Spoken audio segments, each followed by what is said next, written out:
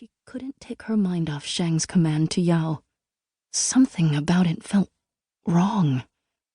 Her sword weighed heavily in her hand. She stared at the polished blade, wondering if its reflection would be the last sight she ever caught of herself. Would she die as Ping, the Fa son she'd made up so she could join the army in her father's place? If she died here, in the middle of this snow-covered mountain pass, she'd never see her father or her family again. Mulan swallowed hard. Who would believe that only a few months ago, her biggest concern had been impressing the matchmaker? She could barely remember the girl she'd been back then. She'd worn layer upon layer of silk, not plates of armor. Her waist cinched tight with a satin sash instead of sore from carrying a belt of weapons.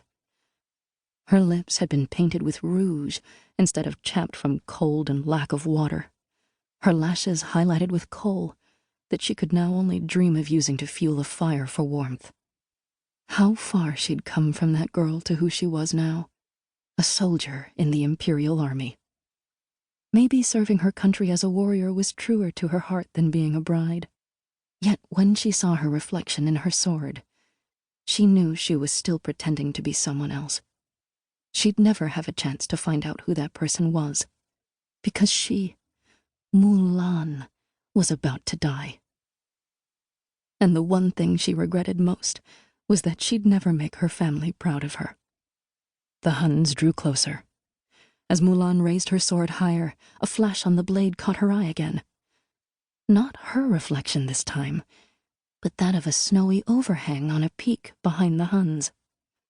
Her thoughts quickened as she tilted the blade from side to side, then glanced up, taking in the massive snow embankment. She had an idea. It was crazy, and it would mean disobeying Shang's order. But if it worked... Mulan's heart raced with a sudden burst of hope. What was there to lose? If she didn't try, they'd all die. Even if her plan succeeded, they likely wouldn't survive. But China... she could save China from the Huns. No time for second thoughts. Mulan sheathed her sword and lunged forward, grabbing the cannon from Yao. "Hey!" he shouted after her. But Mulan was already racing toward the Huns. It was the boldest, wildest thing she had ever done. She tucked the cannon under her arm, barely noticing as Mushu grabbed hold of her scarf so he could keep up. Up the hill she ran, and with each step she grew more determined and less afraid. Behind, Shang shouted after her, "Ping! Come back! Ping!" She ignored him. The Huns were descending fast. She had only moments before Shan Yu was upon her, and his army crushed what was left of Shang's troops. Mulan stopped and planted the cannon into the snow, aiming it at the overhang, praying she had picked a good spot. This could work, if Shan Yu didn't kill her first. He was so close she could smell his horse's sweat, so close she could see his black eyes glaring at her. Her blood thundered in her ears. Distantly she could hear Mushu telling her to hurry. She fumbled in her pocket for her pieces of flint and frantically tried to light the cannon's fuse. She didn't see Shan Yu's falcon soaring overhead. It swooped down, its powerful wing knocking her back into the snow and scattering the flint rocks behind her. Mulan jolted up. "No, no, no," she thought as she swept the snow for the flint. She couldn't find it. She looked up. Shan Yu was charging straight for her. She grabbed Mushu by the neck, squeezing until he choked a breath of fire. It was just enough to light the cannon. Sulfur burned into the air. Mulan crouched, holding the weapon steady as it shot off toward the overhang.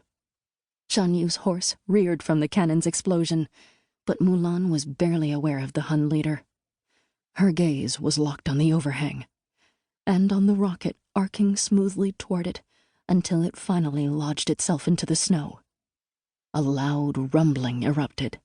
Snow plummeted off the precipice, washing down into the pass in fearsome white sheets. Avalanche. Mulan grinned. She'd done it. She stumbled, struggling to keep upright as the ground shook. She needed to get back to the others. Suddenly Shan Yu loomed above, and her grin faltered. Up close he was like a mountain himself, broad and large, his fists alone the size of Mulan's head.